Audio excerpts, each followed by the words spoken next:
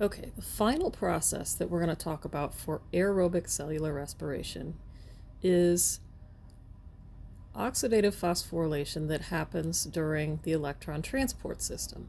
And in most biology classes, you probably have heard about this in terms of where it happens in eukaryotic cells, which is in the mitochondria.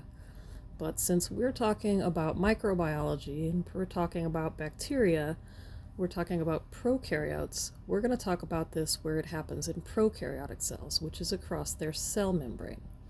In either case, in order to have this process happen, in order to have this electron transport system, you have to have these electron transport proteins, these carrier proteins that are embedded in a membrane. So you have to have a membrane in order for this process to happen.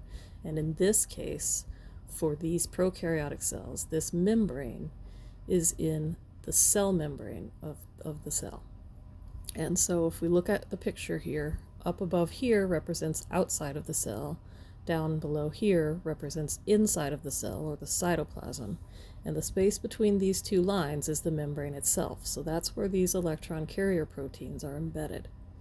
And what's going to happen during this process is that all of the NADH and all of the FADH2 that was produced by the three previous processes, glycolysis, transition, and the Krebs cycle, all of those electron carrier molecules that were reduced in those three processes are now going to get oxidized in this process. And that oxidation is going to help provide some of the energy that's required to make ATP. So how that happens is that these electron carrier molecules like NADH and FADH2, they get oxidized. So oxidized, remember, means loss of electrons. So they are going to lose their electrons. They're going to donate their electrons to these electron carrier molecules in the electron transport chain. So as NADH gets oxidized to NAD, this first electron carrier gets reduced because it picks up those electrons. And as this electron carrier then donates its electrons to the next carrier, it becomes oxidized and the next one becomes reduced.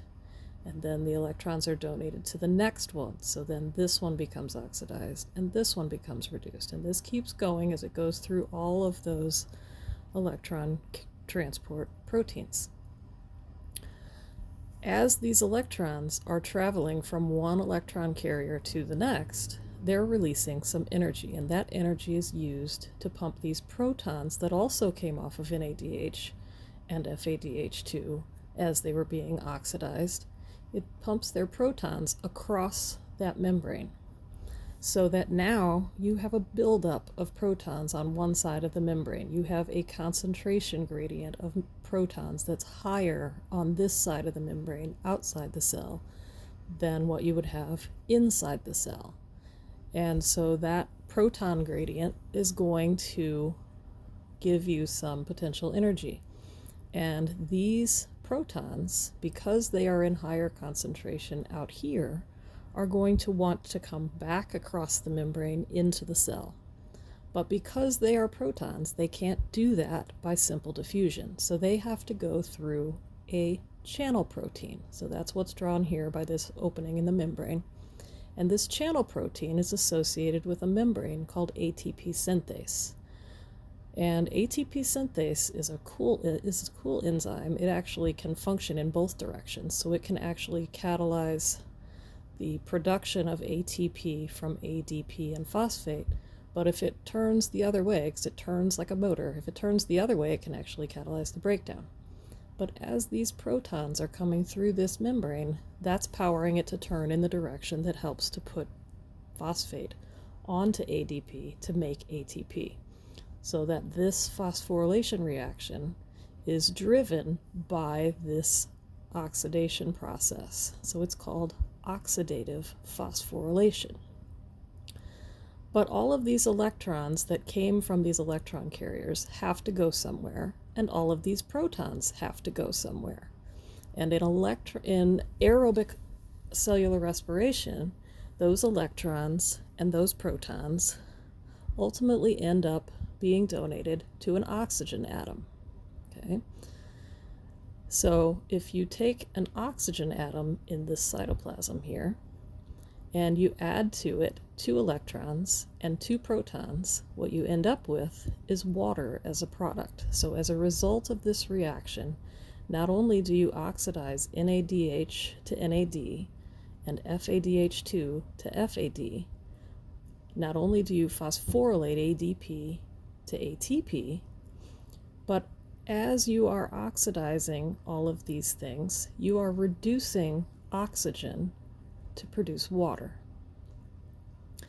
And this process produces a lot of ATP.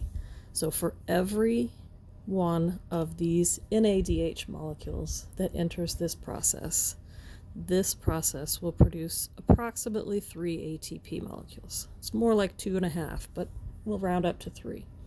And for FADH2, this process produces approximately 1.5 or 2 ATP molecules.